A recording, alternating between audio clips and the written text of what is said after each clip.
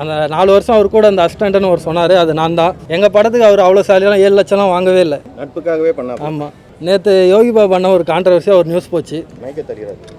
யோகி பாபா அண்ணா கான்ட்ரவர்சியாக ஒரு நியூஸ் போச்சு. அந்த 4 வருஷம் அவர் கூட அந்த அசிஸ்டன்ட்னு ஒரு சொன்னார், அது நான் தான்.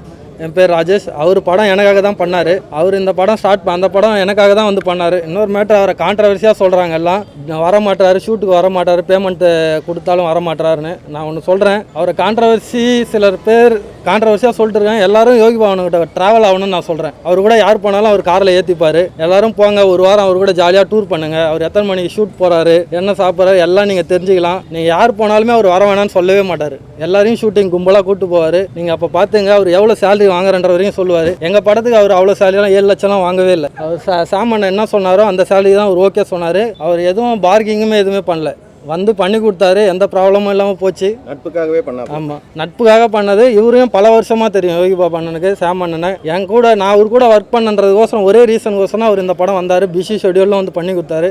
அதுக்காக யோகி பாபா அண்ணன் நன்றி.